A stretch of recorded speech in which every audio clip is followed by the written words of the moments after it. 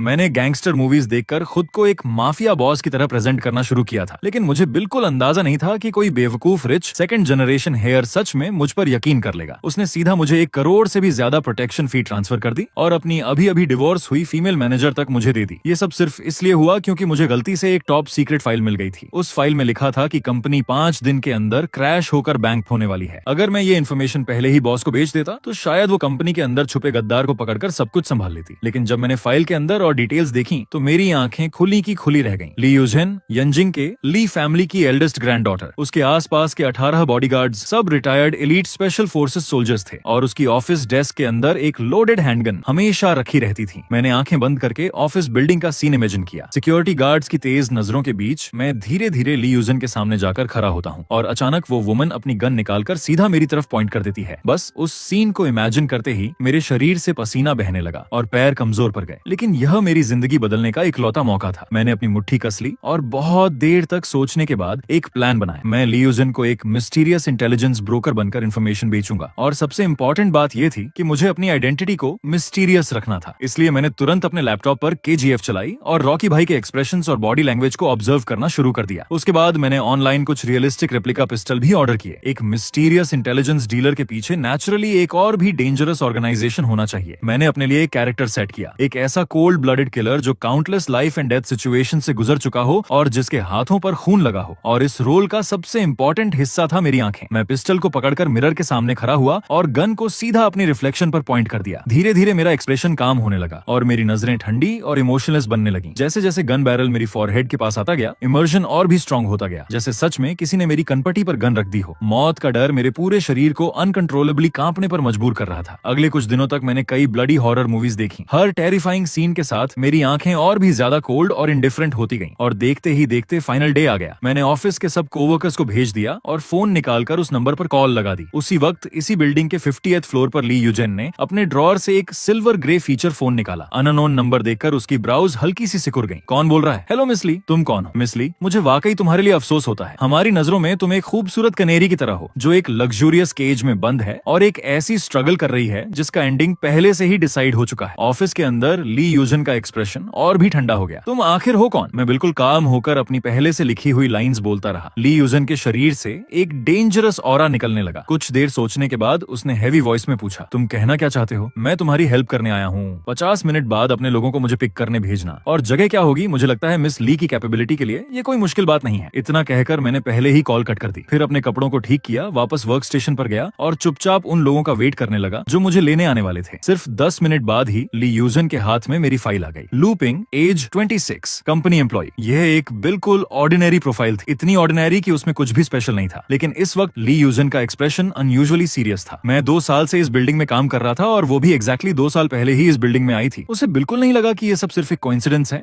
शाम के 6 बजे एक बहुत ही एलिगेंट टेम्परमेंट वाली सेक्रेटरी ऑफिस के बाहर आकर रुक गई। जैसे ही हमारी नजरें मिली, मैंने हल्की सी स्माइल के साथ सीधा उसकी आइडेंटिटी बोल दी, सेक्रेटरी चाओ, चलिए। सेक्रेटरी चाओ के एक्सप्रेशन में जरा भी बदलाव नहीं आया। उसने बस पोलाइटली एक जेस्चर करके मुझे आगे चलने का सिग्नल दिया। थोड़ी देर बाद हम दोनों एलिवेटर से 58 फ्लोर पर पहुंच गए। ये एक ऐसी मिस्टीरियस जगह थी जहां सिर्फ वही लोग आ सकते थे जिन्हें पर्सनली ली यूजेन ने बुलाया हो। लंबे कॉरिडोर के दोनों तरफ ब्लैक यूनिफॉर्म पहने सिक्योरिटी गार्ड्स लाइन में खड़े थे। हर 1.5 मीटर पर एक गार्ड खड़ा था। मैंने इस सीन की पहले ही कई बार प्रैक्टिस की थी, लेकिन इन लोगों का सामना करते ही मेरे पैर फिर भी कमजोर पड़ने लगे। मैं बस अपनी डेड फिश आइज वाली कोल्ड एक्सप्रेशन बनाए रखा और किसी तरह हिम्मत जोर कर ली यूजेन के ऑफिस के सामने तक पहुंच गया। तभी एक स्क्वायर फेस्ड मिडिल एज्ड आदमी आगे बढ़ा। माफ कीजिए, ये जरूरी प्रोसीजर है। मैंने काल्म स्माइल के साथ अपना ब्रीफ केस सेक्रेटरी साओ को दिया और पहले से तैयार की हुई लाइंस बोलने लगा। रूल्स तो रूल्स होते हैं, मैं हमेशा से उन्हें फॉलो करने वाला इंसान रहा हूँ। तकलीफ देने के लिए माफ कीजिए कैप्टन बाओ। बाओ हुई जून ने मुझे एक मीनिंगफुल नजर से देखा। कंपनी के अंदर वो हमेशा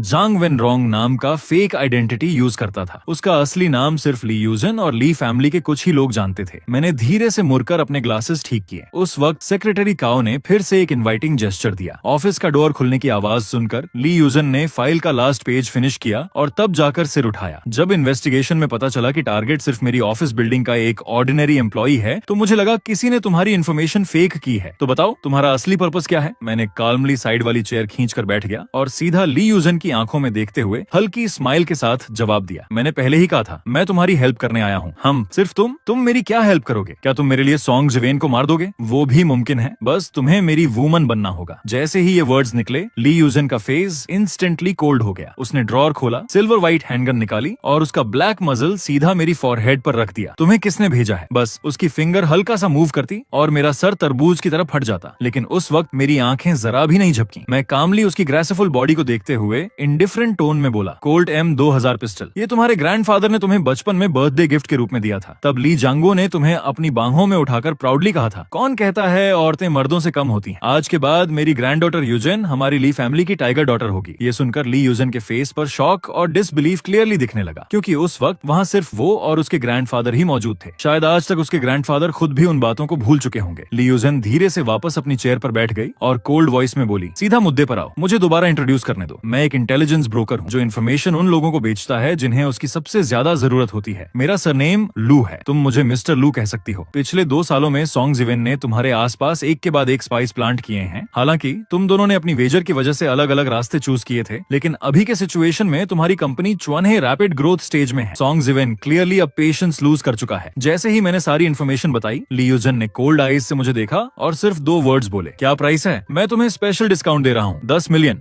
ली यूजन ने लगभग बिना सोचे सीधा डील एक्सेप्ट कर ली। उसके बाद मैंने पेन और पेपर निकाला और एक के बाद एक नाम लिखने लगा, साथ ही उनके कॉरेस्पॉन्डिंग मार्केट प्राइसेस भी। आखिर में मैंने अपना बैंक अकाउंट नंबर भी छोड़ दिया। श्याओ काओ, मेरे ऑफिस में आओ। जैसे ही उसकी आवाज खत्म हुई, सिर्फ 1-2 मिनट के अंदर काओ श्याओ हुई रिस्पेक्टफुली ऑफिस का डोर खोलकर अंदर आ गई। ली यूजन ने बेहद ठंडी आवाज में उससे पूछा, पिछले 2 सालों में तुमने सॉन्ग जिवेन से 5 मिलियन लिए हैं। साओ श्याओ हुई को पर्सनली सॉन्ग जिवेन ने चूज किया था, इसलिए नेचुरली उसकी मेंटल कंपोजर बहुत स्ट्रांग थी। प्रेसिडेंटली, आपको यह इन्फॉर्मेशन कहाँ से मिली? मैं अपने नाम के सारे बैंक अकाउंट्स और ट्रांजैक्शंस ओपनली रिवील करने को रेडी हूँ। आप अपने लोगों से इन्वेस्टिगेशन करवा सकती हैं। और तुम और ली जिनफे सीक्रेटली फेंग दान को चाहते थे। बहुत हिम्मत है तुम दोनों में। इतने टाइम तक मुझे बेवकूफ बनाया। जैसे जैसे एक के बाद एक नाम एक्सपोज होता गया, काओ श्याओ हुई अपना काम एक्सप्रेशन मेंटेन करने की पूरी कोशिश करती रही, लेकिन उसकी सिकुड़ती हुई पिल्स का एक पल का पैनिक भी ली यूजेन से छुप नहीं सका। अचानक एक जोर की गनशॉट की आवाज ऑफिस में गूंज उठी। मैंने इंस्टिंक्टिवली अपनी आंख के कोने को छुआ और उंगलियों पर लगे खून को देखा। साओ श्याओ हुई, जो अभी तक खुद को एक्सप्लेन करने की कोशिश कर रही थी, उसके होंठ कांप रहे थे और अगले ही सेकंड उसका शरीर पीछे गिरकर मेरे पैरों के पास आ गिरा। ये पहली बार था जब मैंने इतनी क्लोज रेंज से किसी शूटिंग को देखा था। मेरे पूरे शरीर के रोंगटे तुरंत खड़े हो गए। मैं अंदर से पूरी तरह डर गया था, लेकिन मैंने अपने फेस पर डर का एक भी एक्सप्रेशन नहीं आने दिया। मेरे चेहरे पर अब भी वही ट्रेंड स्माइल बनी हुई थी। ली यूजन का एक्सप्रेशन बिल्कुल इंडिफरेंट था। उसने काल्मली हैंडगन को वापस उसकी जगह रखा और फ्लैट टोन में बोली, मिस्टर लू, आपको इतना अनप्लेजेंट सीन देखना पड़ा, उसके लिए माफी चाहती हूँ। मिस ली वाकई ली फैमिली की टाइगर डॉटर कहलाने लायक है। इतनी डिसिसिवनेस बहुत कम लोगों में होती है। ये सुनकर ली यूजेन के लिप्स पर हल्की सी स्माइल आ गई। फिर उसने ड्रॉर से एक और फोन निकाला और स्क्रीन पर टैप किया। मिस्टर लू, इस ट्रांजैक्शन की पेमेंट ऑलरेडी आपके अकाउंट में ट्रांसफर कर दी गई है। Pleasure doing business with you. अब मैं और डिस्टर्ब नहीं करूंगा मिस ली को। मैं खुद मिस्टर लू को बाहर तक छोड़ूंगी। जैसे ही मैं उठकर बाहर जाने लगा, मैंने नीचे देखा और अचानक काओ श्याओ हुई का सफेद परा हुआ चेहरा सीधा मेरी तरफ देख रहा था। बुलेट अब भी उसकी फोरहेड के बीच में धंसी हुई थी। उस एक पल की आई कांटेक्ट ने मेरे दिल की धड़कन को इंस्टेंटली तेज कर दिया, लेकिन मेरी साइड विजन में मैंने देखा कि ली यूजेन मेरी रिएक्शन ऑब्जर्व कर रही थी। इसलिए मैंने फिर से खुद को फोर्सफुली काम रखा और कैजुअली अपने पैर से काओ श्याओ हुई के सर को साइड में सरका दिया। तब ली यूजेन ऑफिस डोर के पास रुक गई और बोली कि मेरे लिए एक प्राइवेट कार ऑलरेडी प्रिपेयर की गई है जो मुझे घर छोड़ देगी। ये सुनकर मेरे चेहरे की स्माइल एक पल के लिए स्टिफ हो गई। अगर पॉसिबल होता तो मैं खुशी खुशी मेट्रो पकड़कर घर चला जाता, लेकिन क्लियरली ये उसका ऑफर रिजेक्ट करने का सही वक्त नहीं था। थोड़ी देर बाद बाओ हुईजून मुझे अंडरग्राउंड पार्किंग गराज में ले गया और एक प्योर ब्लैक मेबाज के सामने रोक दिया। और जैसे ही मैं कार के अंदर बैठने वाला था, मैंने देखा कि बैक सीट पर एक खूबसूरत वुमन प्रोफेशनल आउटफिट में बैठी हुई थी। उसकी आंखों पर एक ब्लैक क्लॉथ बंधा हुआ था। फिर भी मैंने तुरंत उसकी आइडेंटिटी पहचान ली। वह और कोई नहीं बल्कि लिन क्यूम्यू थी, वही फीमेल सुपरवाइजर जिसके बारे में मैं पहले सीक्रेटली फैंटेसीज करता था। कार में बैठते ही मैंने चुपके से एक लंबी सांस छोड़ी, क्योंकि इस पूरी ट्रांजैक्शन के दौरान मुझे अपने अंदर एक ऐसी हिडन टैलेंट का पता चला था जिसके बारे में मुझे खुद भी नहीं पता था। लगता था जितना ज्यादा टेंस और डेंजरस सिचुएशन होता है, उतना ही ज्यादा मैं बाहर से काम और रैशनल बन पाता हूँ। लेकिन जैसे ही मैं और सोचने वाला था, वाइन रेड हाई हील्स पहने एक फुट धीरे धीरे मेरे काफ को अपने टोज से ब्रश करने लगा। उन खूबसूरत फीट की ओनर क्लियरली बहुत नर्वस थी। उसके टोज लगातार हल्की हल्की कांप रहे थे। क्योंकि लिन क्यूमुए की आंखें ब्लैक क्लॉथ से कवर्ड थीं, उसे अभी तक बिल्कुल अंदाजा नहीं था कि मैं असल में उसका सबऑर्डिनेट हूँ।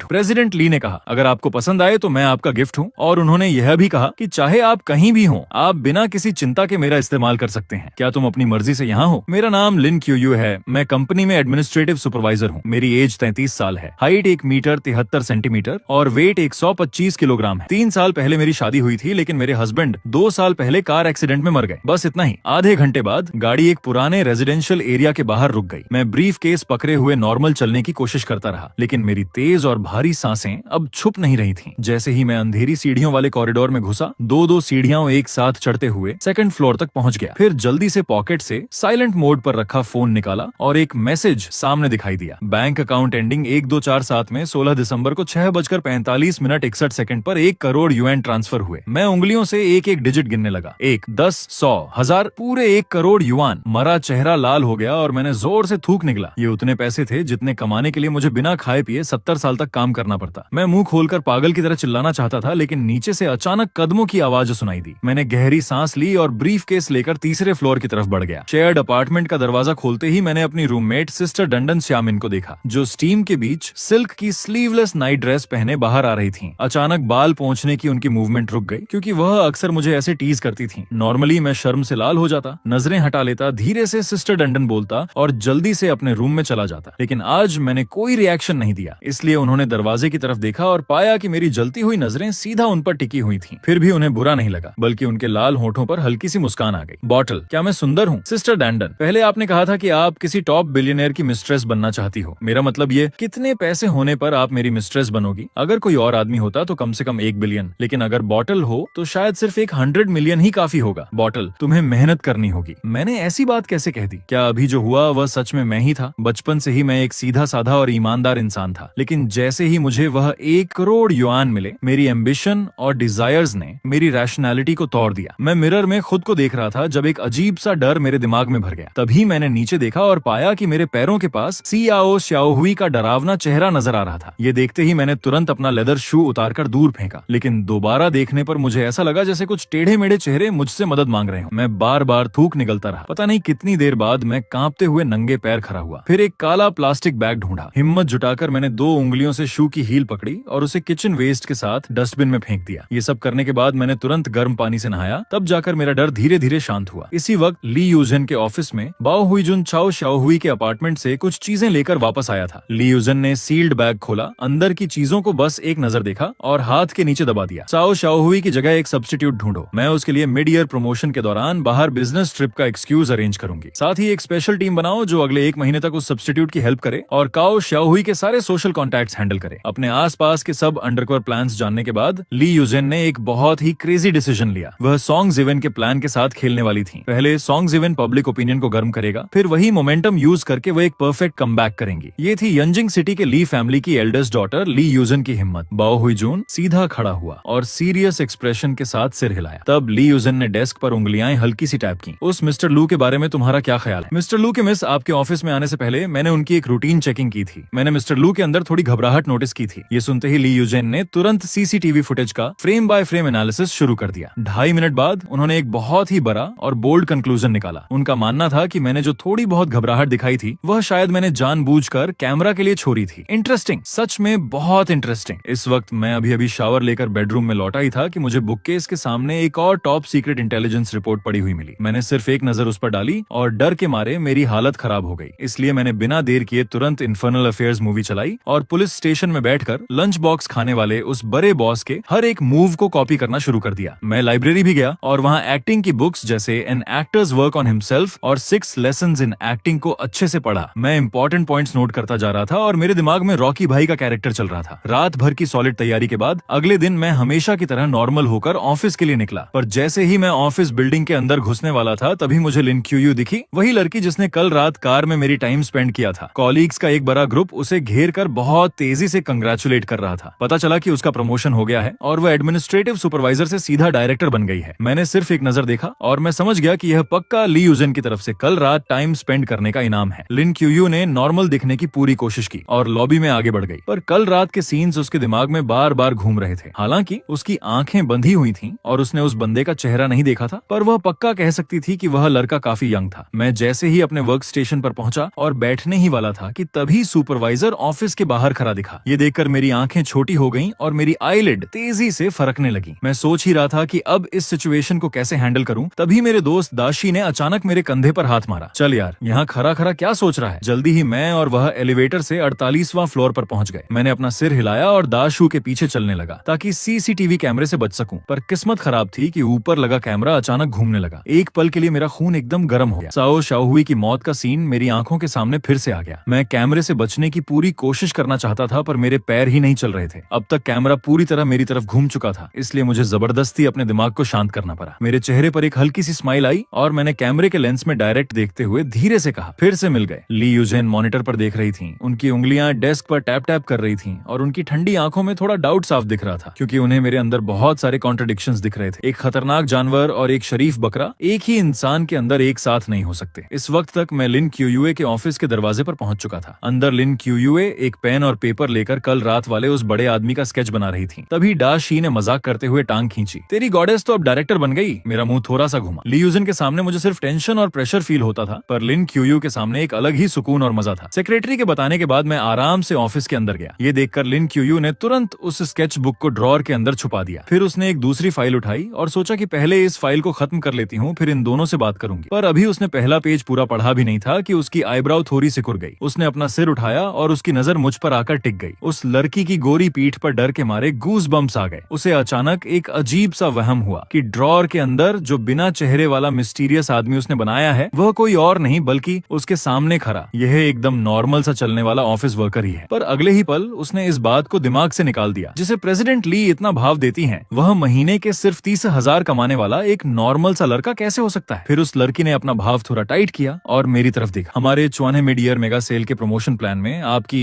वुमेन कल्चर को जो काम संभालना है वह बहुत ही इंपॉर्टेंट हिस्सा है। पर जैसे ही हम तीनों काम की बातें करने में एकदम बिजी हुए, तभी सेक्रेटरी ने अचानक दरवाजा खटखटाया और अंदर आकर दाशी को बाहर बुला लिया, ये बोलकर कि डिजाइनर्स की एक मीटिंग है। अब ऑफिस में सिर्फ मैं और लिन क्यूयू अकेले बचे थे। इस पर लिन क्यूयू ने अनजाने में अपना हाथ अपने चेहरे के सामने किया और उंगलियों के बीच के गैप से सामने बैठे लड़के को देखने लगी। वह हैरान रह गई जब उसने देखा कि मेरा पोस्चर उस काले कपड़े के पीछे वाले बंदे से बिल्कुल मैच कर रहा था। तभी लिन क्यूयू की आंखें चमकी और उसकी उंगलियां आपस में रगड़ने लगी। उसे धुंधला सा याद था कि उस आदमी के कान के पीछे एक छोटा सा निशान था। वो कोई मोल हो सकता था या फिर कोई हेयर फॉलिकल। अपने इस शक को चेक करने के लिए उस लड़की ने अचानक बात घुमाई। मिस्टर लू, उस सामने वाले बुककेस के सबसे ऊपर एक फाइल रखी है जहां मेरा हाथ नहीं पहुंच रहा। क्या आप प्लीज उसे निकाल देंगे? मैंने सीधा लिन क्यूयू की आंखों में देखा और हाँ में सिर हिला दिया। उसी वक्त वह लड़की मेरे पास आई और बुककेस के सबसे ऊपर वाली फाइल की तरफ इशारा किया, जबकि उसकी नजर मेरे राइट कान पर टिकी हुई थी। पर ठीक उसी वक्त दरवाजे पर फिर से अचानक नॉक हुआ। उस लड़की ने नॉक पर ध्यान नहीं दिया और ऊपर ही देखती रही, पर तब तक मैं फाइल लेकर अपना सिर घुमाकर उसकी तरफ देख चुका था। तभी सेक्रेटरी ने फिर से दरवाजा खोला। डायरेक्टर लिन, डायरेक्टर काई की एक मीटिंग है जिसमें आपका अभी आना बहुत जरूरी है। लिन क्यूयू ने हाँ में सिर हिलाया और उसे थोड़ी देर के लिए बाहर जाना पड़ा। अब उस बड़े से ऑफिस में सिर्फ मैं अकेला था। पहले डाशी को और फिर लिन क्यूयू को बाहर भेजना कोई इत्तेफाक नहीं था। इंटेलिजेंस रिपोर्ट्स से पता चला था कि ली यूजन का कंट्रोल करने का नेचर बहुत ज्यादा स्ट्रांग है, इसलिए वह पक्का इस वक्त अपने ऑफिस से मुझे ही देख रही होगी और सबसे सही जगह मेरे सामने वाला एरिया ही था। इसलिए मैंने एकदम सामने देखा और हल्का सा मुस्कुरा दिया। इस वक्त ली यूजन स्क्रीन पर मुझे ही देख रही थी। उन्होंने तुरंत सीसीटीवी फुटेज को जूम किया, इतना ज्यादा कि नोटबुक पर लिखे वर्ड्स भी साफ दिखने लगे। वहां पर डिजाइन के रिक्वायरमेंट्स और प्रोफेशनल स्केचेस बने हुए थे। उस लड़की के खूबसूरत और तेज चेहरे पर पहली बार थोड़ा डाउट और डर साफ दिखा। अगर लू पिंग के पीछे सच में कोई बहुत बड़ी ताकत खड़ी है और उन्होंने अपने बंदे के काम को इतना रियल और परफेक्ट बनाया है, तो उसकी पावर और उसके इरादे। इसलिए उस लड़की ने तुरंत अपनी स्क्रीन बंद की और 2.5 मिनट बाद वह लिन क्यूयू के ऑफिस का दरवाजा खोलकर अंदर आ गई। मैंने बहुत सोच समझकर और एकदम शांत आवाज में कहा, मिस ली अगर मुझसे मिलना चाहती हैं तो बिल्कुल, वह जब चाहे मिल सकती हैं। तुम जैसे समझदार इंसान से बात करने में बिल्कुल मजा नहीं आता, इसलिए मैं बात को ज्यादा नहीं घुमाऊंगी। मिस्टर लू ने इस बार मेरी बहुत बड़ी हेल्प की है। क्या मुझे आपके साथ डिनर करने का मौका मिल सकता है? उस लड़की के देखने के तरीके को फील करते हुए मैं मना करना चाहता था, क्योंकि साथ में खाना खाना एक ऐसी पर्सनल चीज है जहाँ बहुत सारे सीक्रेट्स खुल सकते हैं। और अगर ली यूजन ने डिनर के लिए वेस्टर्न फूड चूज किया या कोई ऐसी चीज जो मैंने आज तक देखी भी ना हो, तो मैं बहुत जल्दी उसके सामने पकड़ा जाऊंगा। पर फिर भी मैंने एक हल्की सी स्माइल दी और ली यूजेन का राइट हाथ आराम से पकड़ लिया। तो फिर मैं इसका बहुत ही बेसब्री से इंतजार करूंगा। जब तक मैंने ली यूजेन को ऑफिस से बाहर जाते हुए नहीं देख लिया, तब तक मेरी जान में जान नहीं आई। उसके तुरंत बाद मैं भागकर टॉयलेट के एक कैबिन में गया और अपने फोन पर वेस्टर्न डाइनिंग एटिकेट सर्च करने लगा। पर जैसे ही मैंने पहली लिंक पर क्लिक किया, मेरे होश उड़ गए। फ्रेंच, इटालियन, ब्रिटिश जैसे अलग अलग टाइप्स के मेन कोर्स तो थे ही, साथ में सूप, स्टार्टर और एपिटाइजर भी शामिल थे। इसलिए मैंने बिना सोचे समझे तुरंत पेज बंद किया और फोन स्विच ऑफ कर दिया। वेस्टर्न मैन्स को खराब तरीके से कॉपी करने से तो कहीं अच्छा है कि मैं एकदम शांत और नॉर्मल रहकर कह दूं, सॉरी, मैंने यह पहले कभी नहीं खाया। मैं ढाबे के मुताबिक अंडरग्राउंड गैराज में पहुंचा और एक नॉर्मल सी मर्सिडीज बेंज मेरे पास आकर रुकी। ली यूजन ने अपने हाथ के डॉक्यूमेंट्स नीचे रखे और आवाज की तरफ देखा। मिस्टर लू, फिर से मिल गए ना? वही वर्ड्स थे, पर इस बार बोलने का तरीका और एक्सप्रेशन एकदम बदला हुआ था। इस वक्त उसके अंदर एक टॉप क्लास औरत वाली कशिश थोड़ी ज्यादा दिख रही थी। ली यूजन सच में एक रंग बदलने वाली जादूगरनी थी। मिस ली जैसी लड़की के दिमाग में रहना ये मुंह लूपिंग के लिए बहुत बड़े हौसले की बात है। ली यूजन ने मुझसे ज्यादा फालतू बातें नहीं की और वो बहुत जल्दी फिर से अपने हाथ के डॉक्यूमेंट्स और कॉन्ट्रैक्ट्स में खो गई। मैं विंडो से बाहर देखने लगा ताकि अपनी टेंशन को थोड़ा कम कर सकूं, पर तभी कार के कांच में मुझे ली यूजन के खूबसूरत पैरों का रिफ्लेक्शन दिखा। सिर्फ एक बार देखने के बाद मेरी नजर वहां से हट ही नहीं रही थी। इस दुनिया में इतना परफेक्ट बदन कैसे हो सकता है? टच करना चाहते हो? उस औरत की आवाज में एकदम डर पैदा करने वाली ठंडक थी। इस एक लाइन ने मेरी पीठ के बाल खड़े कर दिए। पर चाहे जो हो जाए, मुझे अपना डर बिल्कुल नहीं दिखाना था। हाँ, अगर अलाउड हो तो। ली यूजन ने अपने लाल होंठ खोले और थोड़ा मुस्कुरा दी, फिर अपना राइट पैर मेरी तरफ आगे बढ़ा दिया। मुझे समझ नहीं आया, पर मैंने सच में अपनी उंगलियां आगे बढ़ाई और उसकी काफ की तरफ ले जाने लगा। ली यूजन के चेहरे पर स्माइल अभी भी थी, पर उसकी आंखों के अंदर डर बढ़ता जा रहा था और उसका लेफ्ट हाथ नीचे सीट के आर्म रेस्ट के पास चला गया। इंटेलिजेंस रिपोर्ट में लिखा था कि वहां पर एक पिस्टल छुपी हुई है। अगर मैंने सच में उसे टच करने की हिम्मत की तो वह बिना सोचे समझे मुझे वहीं ढेर कर देगी। इसलिए मैंने अपने चेहरे पर अफसोस दिखाया और अपना हाथ पीछे खींच लिया। अगली बार सही। करीब 20 मिनट बाद गाड़ी एक पुरानी क्लासिकल बिल्डिंग के सामने रुकी। मिस्टर लू, आइए प्लीज। रेस्टोरेंट के बोर्ड पर फ्रेंच में कुछ लिखा था जो मुझे पढ़ना नहीं आता था। शैतान का दिमाग। मैं किस तरीके से कहूँ कि मैंने आज तक कभी फॉरेन फूड नहीं खाया। तभी ली यूजन ने शैंपेन उठाई और मेरे लिए ग्लास में डाली, फिर अपना ग्लास भी उठा लिया। अपने सामने इस खूबसूरत औरत को देखकर मैं नर्वस भी था और एक्साइटेड भी। जैसे ही दोनों ग्लास आपस में टकराए, ली यूजन ने एक छोटा सा एसआई पी लिया और धीरे से बोली, डॉम पेरिग्नोन रोज गोल्ड की यह बोतल 1996 में एक ही बैच में बनी थी और पूरी दुनिया में ऐसी सिर्फ 35 बॉटल्स हैं। तो फिर मेरा इसे पीना बिल्कुल वैसा ही है जैसे बंदर के हाथ में नारियल, जिसे इसकी कीमत का कोई अंदाजा नहीं। जाहिर है यह बात ली यूजन से नहीं छिप सकती थी, इसलिए उसने मुझे चेक करने के लिए पूछा। लगता है मिस्टर लू को आमतौर पर वेस्टर्न फूड पसंद नहीं है। मेरा स्टेटस मुझे ऐसी जगहों पर बार बार आने की इजाजत नहीं देता। कोई हैरानी नहीं कि मिस्टर लू इस लेवल तक पहुंच गए। तभी तो मैंने आपके बारे में इतनी गहरी रिसर्च करवाई, फिर भी मुझे आपके बैकग्राउंड में एक भी कमी नहीं मिली। अगले कुछ मिनट्स में माहौल थोड़ा हल्का हो गया। मुझे लगा कि ये डिनर आराम से निकल जाएगा, पर तभी ली यूजन ने अचानक एक दिमाग घुमा देने वाला सवाल पूछा। मिस्टर लू, आप लोगों का वह सर्कल बहुत ही मिस्टीरियस और अनजान है। यहाँ तक कि मेरे परिवार के बड़े बूढ़े भी आप लोगों के बारे में कुछ नहीं बोलते। क्या मिस्टर लू मेरे साथ थोड़ी बहुत बातें शेयर कर सकते हैं? सर्कल? मेरा कौन सा सर्कल है यार? ली यूजन की सीधी नजर को देखते हुए मेरा दिमाग सुन उन दोनों इंटेलिजेंस रिपोर्ट्स को तेजी से घुमाने लगा। कुछ देर बाद मैंने एक जबरदस्ती की स्माइल दी और हिम्मत करके बोला, वह एक ऐसी जगह है जहाँ धूप की रोशनी नहीं पहुँचती। ली यूजन की तीखी आंखें मुझे घूरती रहीं और उसने इसी लाइन को दोबारा धीरे से दोहराया, एक ऐसी जगह जहाँ धूप की रोशनी नहीं पहुँचती। एक पल में मेरे बदन के सारे बाल खड़े हो गए। इसलिए अगला डेजर्ट आने के बीच के टाइम में मैंने तुरंत एक बहाना बनाया और वॉशरूम चला गया। वहाँ टिश्यू पेपर से अपने पूरे बदन का पसीना साफ किया। ली यूजन के रिएक्शन से साफ लग रहा था कि वह मुझे सिर्फ एक कठपुतली समझ रही है, जिसका असली बॉस अभी तक सामने नहीं आया है। 5 मिनट बाद मैं एकदम शांत होकर डिनर टेबल पर लौटा। इस सिचुएशन में यही सबसे सही तरीका था। जब कोई आप पर शक करे तो कभी भी सफाई देने की कोशिश मत करो। डेजर्ट खत्म करने के बाद ली यूजन मुझे मेरी सोसाइटी के गेट पर छोड़ गई। मैंने मर्सिडीज को दूर जाते हुए देखा और फिर बिल्डिंग के अंदर गया। रिसर्च कहाँ तक पहुंची? मिस को रिपोर्ट है कि हमारी चेकिंग के मुताबिक मिस्टर लू के डॉक्यूमेंट्स में कोई प्रॉब्लम नहीं है, पर उनके कॉलेज के सेकंड ईयर में एक ऐसा टाइम था जब वह सडन बहुत एक्साइटेड रहने लगे थे। अगर उन्हें किसी बड़े ग्रुप ने ज्वाइन करवाया है तो पक्का इसी टाइम पर हुआ होगा। ये सुनकर ली यूजन ने अपनी आंखें बंद कर लीं। मेरे साथ बिताए हर एक सीन को उसने अपने दिमाग में घुमाया और काफी देर बाद अपने दिल में एक डिसीजन लिया। मैं जैसे ही अपने किराए के कमरे में पहुंचा, मैंने बिना देर किए बुककेस के पीछे से उन दोनों सीक्रेट इंटेलिजेंस रिपोर्ट्स को बाहर निकाला। ली यूजन की कंपनी में कोई बदलाव नहीं था। साओ शाओहुई के गायब होने से किसी को फर्क नहीं पड़ा था और बाकी के गद्दार अभी भी अपनी अपनी जगह पर काम कर रहे थे। रिपोर्ट के अंदर की बातें देखकर मेरी आंखें फटी की फटी रह गईं। ये औरत उन्हीं के प्लान को उन्हीं पर उल्टा चलाने की सोच रही थी। वह वेट कर रही थी कि कब सॉन्ग्स इवेंट ने कंपनी पर कीचड़ उछाले और ये बात पूरे इंटरनेट पर टॉप ट्रेंड बन जाए, ताकि वह उस पावर का यूज करके एक बड़ा झटका दे सके। अगर नॉर्मल सिचुएशन होती तो ली यूजन कामयाब हो जाती, पर अफसोस उसका फेल होना पक्का था, क्योंकि रिपोर्ट के एक पेज पर साफ लिखा था कि सॉन्ग्स इवेंट जैसे ही अपने फैमिली प्रेशर से ली यूजन की तय की हुई ओवरसीज डिलीवरी लॉजिस्टिक्स कंपनी को ब्लॉक करेगा, तो ऑर्डर टूटने और माल खराब होने की वजह से जो नुकसान होगा वह सीधा चुआने कंपनी को खत्म कर देगा, जहां से वह कभी खरी नहीं हो पाएगी। सारी बातें क्लियर करने के बाद मैंने दूसरी इंटेलिजेंस रिपोर्ट खोली। जोंगहाई शिपिंग ग्रुप के फाउंडर और काओ क्लान की तीसरी ब्रांच के हेड युएन ताइपिंग ने 52 साल की उम्र में एक गो ब्रीडिंग प्रोजेक्ट चलाया था। 200 बच्चों के ऑर्फनेज में रोज सिर्फ 10 लोगों का खाना दिया जाता था। जिंदा रहने के लिए बच्चों ने एक दूसरे को मारना शुरू कर दिया। जो बच्चा आखिरी में जिंदा बचा उसका नाम डिंग चिंग था। युआन टाइपिंग ने उसे अपना गोद लिया, बेटा बना लिया और वह उसकी सबसे तेज तलवार बन गया, जो दशकों तक युआन टाइपिंग के लिए अपना खून बहाता रहा। पर डिंग